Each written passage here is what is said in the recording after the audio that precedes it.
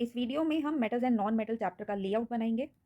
इस चैप्टर को हमने 4 पार्ट में डिवाइड किया है। तो फर्स्ट पार्ट में हम देखेंगे, पहले हम मेटल्स एंड नॉन मेटल की डेफिनेशन पढ़ेंगे, फिर उसके एग्जांपल्स देखेंगे।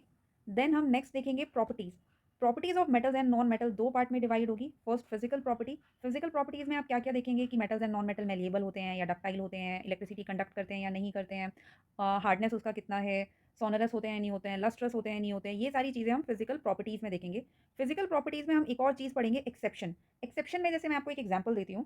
हम कहते हैं कि नॉन मेटल्स जो होते हैं वो जनरली इलेक्ट्रिसिटी कंडक्ट नहीं करते हैं, but carbon in the form of graphite वो इलेक्ट्रिसिटी कंडक्ट करता है। तो ये सारी चीज़ें एक्सेप्शन के अंडर आएंगी। फिर हम पढ़ेंगे chemical properties of metals and non metal. Chemical properties में हम क्या क्या पढ़ेंगे, जैसे reaction with oxygen, reaction with water, reaction with acids, ये सारी चीज़ें like reaction with chlorine, reaction with hydrogen, ये सारी चीज़ें आएंगी हमारी केमिकल रिएक्शंस में। इसके बाद हम पढ़ेंगे रिएक्टिविटी सीरीज। रिएक्टिविटी सीरीज हमें केमिकल इक्वेशंस लिखने में हेल्प करती है। इसमें हम पढ़ेंगे कि कौन सी मेटल ज़्यादा रिएक्टिव है, कौन सी कम रिएक्टिव है, ये सारी चीज़ें इसमें आएंगी। फिर लास्ट में हम एक सॉल्यूशन के बारे में पढ़ेंगे विच इज़ एक्वारेजिया। तो ये सारी चीज़ें हमारी फर्स्ट पार्ट में कवर हो जाएंगी। इस सेकेंड पार्ट में हम पढ़ेंगे कि metals and non metals react कैसे करते हैं, उनकी बॉन्ड कैसे फॉर्म होती है, बॉन्ड फॉर्म क्यों होती है, आइंस क्या होते हैं, उसके एग्जाम्पल्स पढ़ेंगे कि कटाइन क्या होते हैं, अनाइन क्या होते हैं, ये फॉर्म कैसे होते हैं, क्यों फॉर्म होते हैं। मेटल्स एंड नॉन मेटल के बीच की बॉन्ड पढ़ेंगे विच इज़ आयनिक, उनके कंपाउंड फॉर्म करेंगे, उनके एग्जाम्पल डिस्कस करेंगे। एंड लास्ट में आयनिक कंपाउंड्स की प्रॉपर्टीज़ पढ़ेंगे which is important.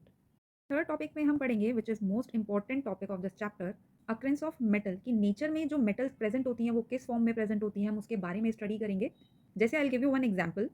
C water, हमें पता है कि जो सी वाटर है उसमें NaCl बहुत ज़्यादा प्रेजेंट है। तो अगर अब हमें NaCl से Na अलग करना है, मेटल एक्सट्रैक्ट करना है, तो ये सारा प्रोसेस हम पढ़ेंगे एक्सट्रैक्शन ऑफ मेटल्स में।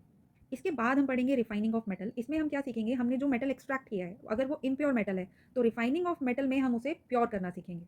This is the most important part of this chapter, यहाँ से क्वेश्चन कंफर्म आता है। Last topic of this chapter is corrosion and alloying. Corrosion में हम सबसे पहले उसकी डेफिनेशन पढ़ेंगे। उसके एग्जाम्पल में सबसे पहला एग्जाम्पल है आयरन का corrosion which is known as rusting. Iron के कोरोजन की कंडीशन उसके एक्सपेरिमेंट में पढ़ेंगे और लास्ट में हम उसकी प्रिवेंशन पढ़ेंगे। रस्टिंग ऑफ आयरन आपका डिटेल टॉपिक है यहाँ पर। बाकी इसके और एग्जाम्पल का, जैसे एल्यूमिनियम, कॉपर और सिल्वर का, आपको आफ्टर द कोरोजन उसका कंपाउंड और कलर याद रखना है, डेट्स इट। इसके बाद हम एक स्पेशल केस पढ़ेंगे गोल्ड और प्लैटिनम का, कि गोल्ड और प्लैटिनम कोरोड क्यों नहीं होता और होता है तो कितना होता है, उसके बारे में स्टडी करेंगे।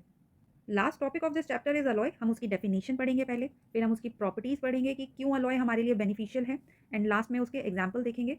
तो that's it for this chapter. ये लेआउट से आपको थोड़ा ज़्यादा हेल्प हो जाएगा कि आपको पढ़ना कैसे है ये चैप्टर। स्टे ट्यून्ड, हम नेक्स्ट वीडियो में इसका फर्स्ट पार्ट डिस्कस करेंगे।